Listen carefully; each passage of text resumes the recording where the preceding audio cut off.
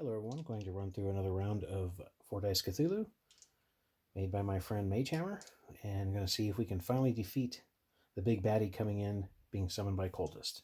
So starting off, round 1, phase 1, is the investigation phase. The cultists have been picked. They're plunging in to discover the secrets. So, playing the sorcerer, the mystic, professor, and the detective. So the professor gets to keep both dice, but he also has to roll 2 defense dice and take the worst one. So he's interesting, but he can be very dangerous to himself and everybody else. So we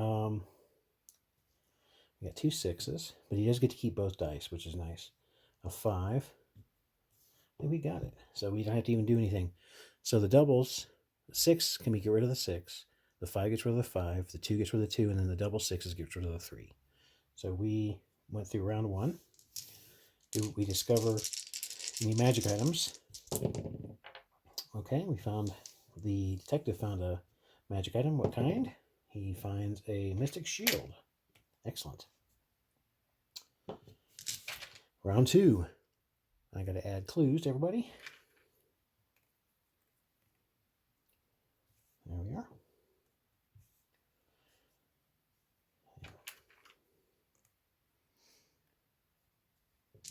Now we're going to set the clue values for round 2. Double 5, double 1s. All right. Sending our investigators in. He gets to keep both those. 1, 2, 6. Okay, so the sorcerer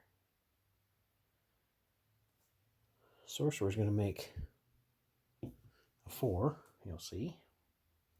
Then he did his action. She may change during an investigation. So we can make this one a 2. And I think that's good. So what we do here is the 2 fights the 2. The 1 gets rid of the 1. The 4, one of the 4s gets rid of the 4, and the double 4s get rid of the 1. So we finish that. She used her power. He used his. So do we locate any magic items? No 6s. Okay. So we need to get clue tokens. Clue tokens can be used as experience or buying stuff if you run through with the same investigators again. But I'm also going to use a house rule that I've been working on or talking about with MageHammer to see if you can spend a certain number of clue tokens during the final fight against the big bad guy to help you reroll against him. And we'll see how that works out. So round 3. So we're going to set the clues. Okay, 6, 4, 4, 1. We're going in.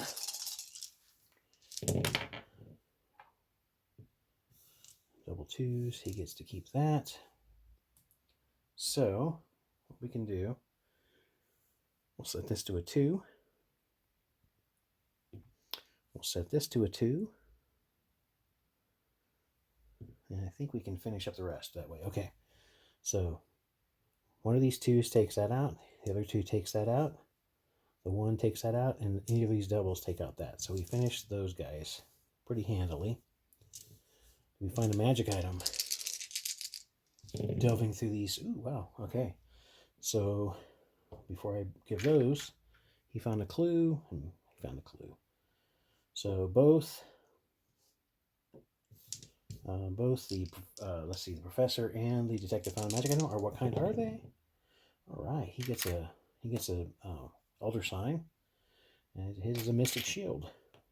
Now these are equipment, so they can be passed around if we need to. So right now I'm going to keep them the way they are, and then we're on to round 4. Round 4 is now we're facing monsters. These are the cultists or monsters that have now we've given them. They have noticed us now that we've been investigating and seeing, and so now they're coming to stop us. So now these dice don't represent clues; they represent enemies and stuff trying to stop us. So the mystic has nothing; she can't do anything. That's only during clues during investigation, and he gets to roll 2 dice during investigation, but not anything else. So Now we're just going to have to help the detective and the sorcerer help us, along with some good dice rolling, hopefully. All right, it's not too bad. I'm going to have the sorcerer shift this one to a 4, and then so here's what happens: this 4 defeats this 4. These 2 2s each defeat one of those, and these 2s defeat that. So got through that. So let's see if we find any magic items. Nope, no magic items, but they each get a clue. Excellent. On to round 5. Getting closer to the bad guy, the big bad guy. Setting the monster values, double 6s and double 4s. All right.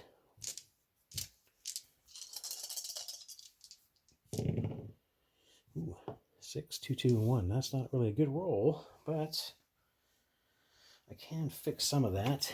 So I can have him set to a 2 and may force a reroll, which is going to be the detective. That's a 3, so not much help, but here's what we do. We get a 6 takes a 6, a 2 takes a 2, and doubles take one of those 2. We'll just take the 4. Now we have to roll for, oops, I grabbed the wrong one. Sorry. That was a 3. So I have to roll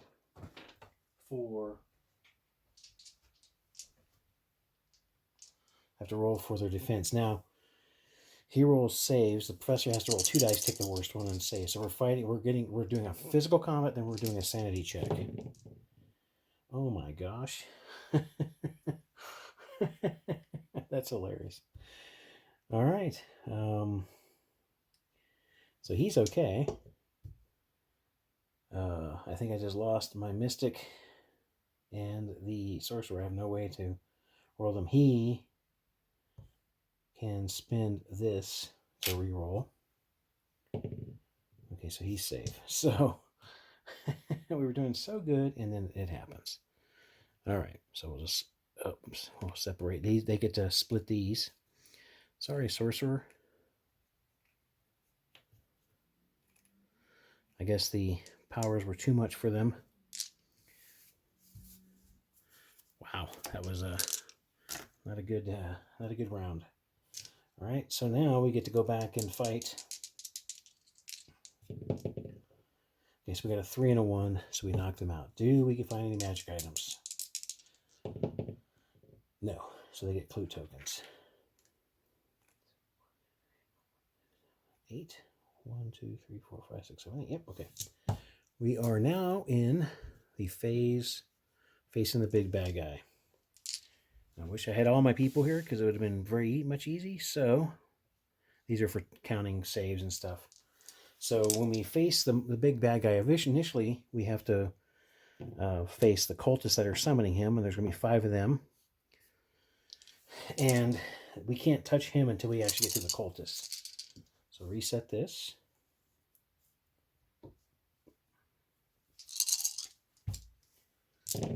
Setting the cultist numbers. 3 5s, 4 and 3. Okay, now we get to go with these guys. We're going in. Okay, well. All right, so I'm going to force one of these 5s to reroll. That's not much better, but so I get a 5. I can knock one out. Now we get to make. Normally we have to make a save for the bad guy for these, but we also have to make 2 saves for the big bad guy or the elder thing, and then we also have to make a sanity check. Well, he doesn't have to make sanity checks because he has the elder sign. But yeah, let's see what happens. Okay, so that was the first save. Oops. Well.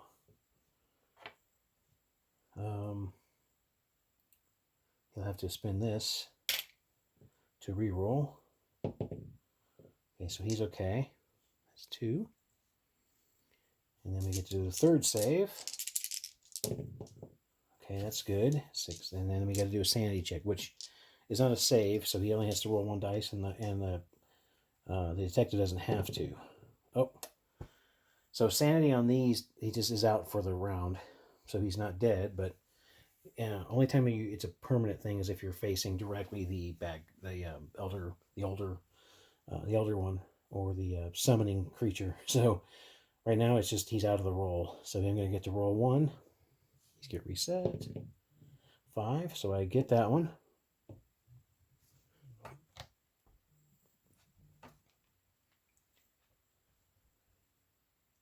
And so now we get to do saves, and he's not involved, so he's okay. So the first one, okay. Second one, fine. Third one, fine. And he doesn't make sanity checks, so we're good. So now we're back into the fight. 2 and a 3. Well, we get one of the 3s out of there. Now we get to do sanity checks again. Oh, he gets to roll another one, but it doesn't really matter.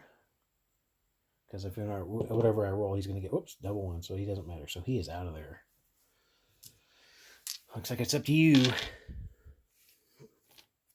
I'm just going to put these right here.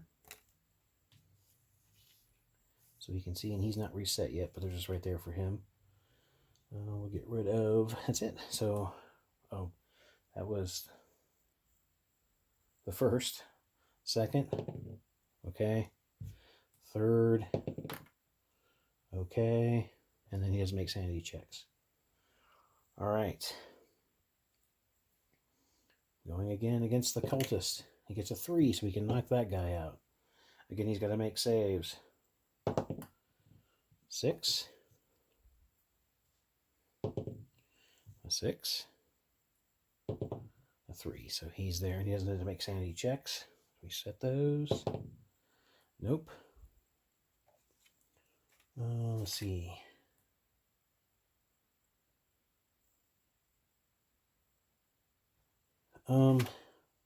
No, he's going to save it for saves. There's so many of them. Okay, so he could use that elder sign to make him re-roll, but he's not going to waste it. He's going to go there. He's fine. He's got to use that to re-roll, or game's over. He's fine, and he doesn't make sanity checks. All right. Nope. All right. Here we go. 3. 2. And the third combat, he's fine. No sanity checks for him. Finally got to 4. All right, cool. So we're out. So he gets reset, which his ability doesn't work. But he only need to do 2 saves now against the monster. So here we are. So we're going in. This gets reset. Everything gets reset. So he's going to try and match this. He's got to match this 6 times. So what does he get? So nope. But I'm going to spin these. I'm going to try 5. We were discussing how many to do. Hey, you can do 3 times. Okay. So spending 5 of the clue tokens that they have discovered, it's like esoteric knowledge, he can use to re-roll against the big bad guy only. So spending 5. See if he can locate a weakness. Nope. Might as well spend them because he's just going to try it again. Nope. The same number, 2. And they try it again because it's kind of a last-ditch effort. No. Wow. 3 2s in a row. Okay, so now he is going to have to save. So first one, fine. Second one, fine. So he at least doesn't make sanity checks. So going back into combat. A 3, nope. First save, he's fine. Second save, he is fine. And doesn't make sanity checks. Come on. Nope. This is just a matter of time now. Save. Save, there's the 6, and no sanity. Oh, he gets a 6. All right. So that goes down to a 5, but he still has to make saves. 4. a 6, and no sanity. A 6, nope. Combat, saves. That was a 3. A 3, and then he goes back into combat. Dodging all those crazy tentacles. Nope, at least that wasn't a combat. Okay, 6. Second combat, 5. And then back into combat. No sanity. All right, he gets a 5. There's a 4. Oh, he's got to spend the Elder Sign to reroll. He's fine. It still counts as there, but he can't use it again for that ability. He's fine. Then we go into combat. It was a 4 and it dropped out. Save. That was a 4. A 1, and I don't think there's anything else I can do. So we have failed to defeat the monster, or the big guy. But that's interesting. Yeah, I like actually using those clues for that, because I feel like they're not going to actually get to go again. So I think I'm going to try 4 and 5. I'm going to try 5 right now and see if that works. Try it again sometime. Maybe there you go. That's a run through 4 Dice Cthulhu by MageHammer. And that was a fun run, but not successful. Here's the thing. You can get that from itch.io for a download if you want to try it out. You can tell it's just a bunch of dice, and you need some card print-offs, or you can just print off one sheet of the detectives or the investigators and cut them out, and that's pretty much all you need. A few tokens to mark a few things. You can use dice if you want to mark these if you want. I just have some clue tokens I was using, but you can use dice for that. And you just need some different colored dice to represent your investigators. So it's not very difficult.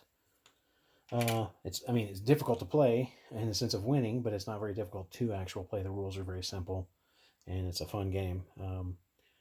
So anyway, if you have any comments or something, let me know. Have a good evening. Good night.